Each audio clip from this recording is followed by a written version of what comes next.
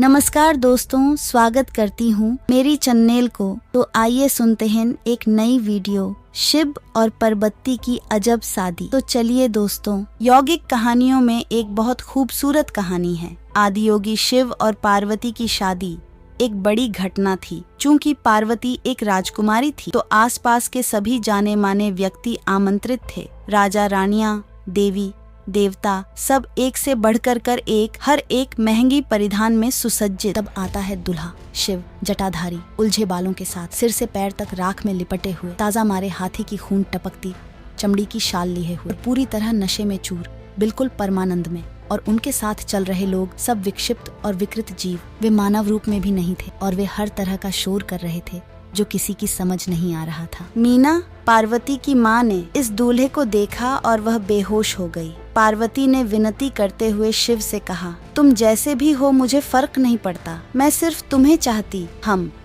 तुम जैसे भी हो, पर सिर्फ मेरी माँ के लिए अपना थोड़ा सा मधुर रूप धारण कर लो। शिव मान गए और उन्होंने एक खूबसूरत रूप धारण कर लिया। अच्छे से तैयार होकर फिर से शादी में आए और जब उन्होंने शिव को देखा, उन्होंने कहा कि वे सुंदर और मूर्ति हैं, जिसका मतलब वे सबसे खूबसूरत इंसान थे जो उन्होंने अभी तक देखे थे। वे 9 फीट लंबे थे। वे कहते हैं जब शिव खड़े होते तो वे घोड़े के सिर के बराबर होते थे। जब वे दक्षिण की ओर आए तो उन्होंने कहा कि वे सामान्य से 2 गुने लंबे थे। सामान्य ऊंचाई 4.5 फुट से 5 फुट थी। वे लगभग 9 फीट लंबे थे। उनको देखकर हर कोई आश्चर्यचकित थे। शिव शादी के लिए बैठ गए। भारत में खासकर इस तरह की शादियों में दूल्हे और दुल्हन के पूर्वजों के बारे में बहुत गर्व से बताया जाता है। वे अपने वंश के बारे में, वे कहाँ से आते हैं, उनका रक्त कितना शुद्ध है और पूरा वंश वृक्ष खंगाल देते थे। दुल्हन के लिए पार्वती के पिता हिमावत, हिमालय पर्वत क्षेत्र के राजा थे। दुल्हन की वंशावली के बारे में काफी महान चीजें कही गईं। अब उन्होंने पूछा,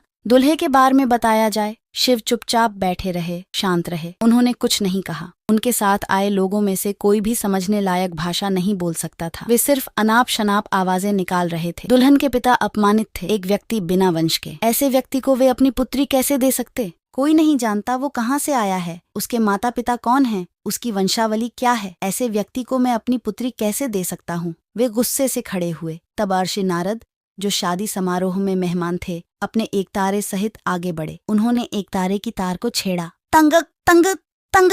राजा और भी नाराज हो गए। अब तुम यह एकतारा किस लिए बजा रहे हो? नारद ने कहा, यही इनका वंश है। इनकी कोई माता नहीं, कोई पिता नहीं। फिर इनका उद्गम क्या है? तंग, यही इनका उद्गम है। गूंज, इनका जन्म गूंज से ही हुआ। इनका कोई कुल नहीं, कोई पूर्वज नहीं, कोई वंशावली नहीं है। वे स्वयंभू हैं, स्वनिर्मित, बिना वंश का जीव। राजा और बौखला गया, पर शादी हो गई। तो भगवान शिव और माता पार्वती की शादी की कहानी कैसी लगी हमें कमेंट करके बताएं और वीडियो को लाइक और सब्सक्राइब करें।